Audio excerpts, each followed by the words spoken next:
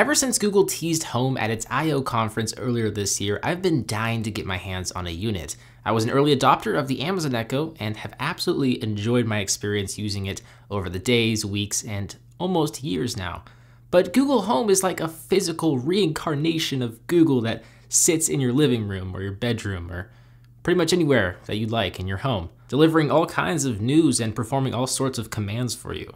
So I bought 3 Google Home units for each one of my rooms, but looking back on it, I probably should have only ordered one, as it's going to take several months before a lot of these smart products I have are compatible with Home.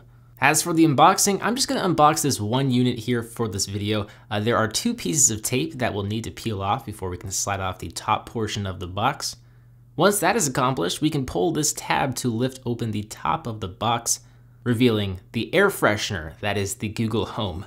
The unit is quite small, much smaller than an Echo, and it smells like a fresh pair of sneakers. Underneath, we'll find a get started setup guide, but we won't need that as I'll walk you through the setup process. The last item is a power cable that is fused to the wall wart. It's a tangle-free cable, has a flat design, and has a neat cable management tie pre-installed. The setup process is very straightforward. You will need the Google Home app, which is the rebranded Chromecast app. You'll see an option to set up your new Google Home under devices. Now comes time to personalize your home. You'll need to confirm a test sound, select the room your Google Home is in, and connect Google Home to your Wi-Fi network so it can fetch an update. While it's downloading, updating, installing, and doing all of that fun stuff, you'll be introduced to your Google Assistant. It's an AI that can answer your questions and perform commands that are personalized directly to you. It'll even learn your preferences over time to better deliver information to you. Of course, if you don't want it to get to know you personally, you can disable this, but my guess is if you have a Google Home, you don't really care too much about privacy, or at least aren't too terribly concerned about it perhaps being in the wrong hands. I would just suggest you turn this feature on because it's gonna make for the best experience. You can then set a location for your Google Home so it can deliver you traffic-related information. You'll then be asked to link your music services and select a default music service that will be used each time you ask the Google Assistant to play music.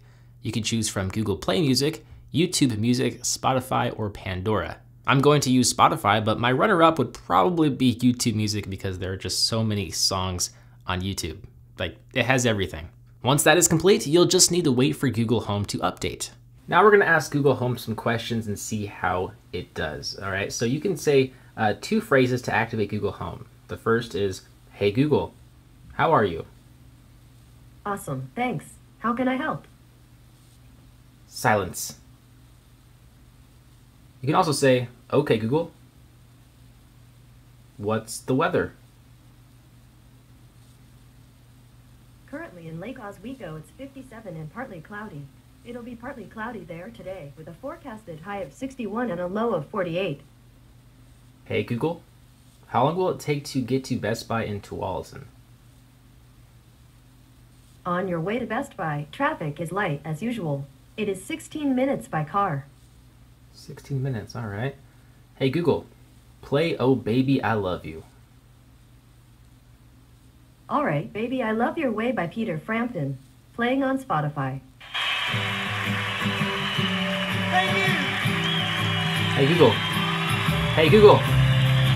Stop. Hey Google, what's your favorite color? I like blue, red, yellow, and green. Google's colors. I see what you did there. Hey Google, what time do the Blazers play tomorrow? The Portland Trail Blazers will play the Sacramento Kings tomorrow at 7 p.m. You'll see there's also a touchpad here on the top. You can't really see it when it's not illuminated, but it is here. You can change the volume. And then you can also tap and play. Just like that, super simple. Based off first impressions, the sound quality is pretty decent. Given its size, it doesn't seem like it can output a very loud sound, but it does get pretty loud. Okay Google, play.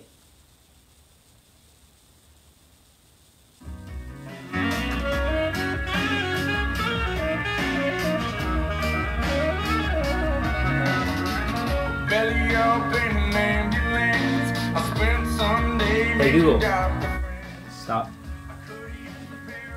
So you can see the Google Assistant does a great job delivering search-based results via Home, definitely much better than the Amazon Echo. The biggest thing that really holds the Home back from the Echo is its compatibility with smart home appliances. Echo and Alexa have been out for much longer and have been programmed to work with a much wider range of smart devices. It even has IFTTT support, which is huge. It's only a matter of time until Google Home works with my devices like my LifeX bulbs and smart outlets, but until that happens, I am going to just happily stick with the Echo. I mean, there's no rush to get rid of the Echo. I have really fallen in love with Alexa. I will likely just have 2 always listening speakers scattered around my home, but with that said, I do look forward to spending more time with Home to see how it performs on a daily basis, because this is just my first look, my first impressions of the device. This is by no means a full review, so we're gonna follow up with a full review in due time when we have a Chromecast Ultra and Chromecast Audio to use and connect with the Home.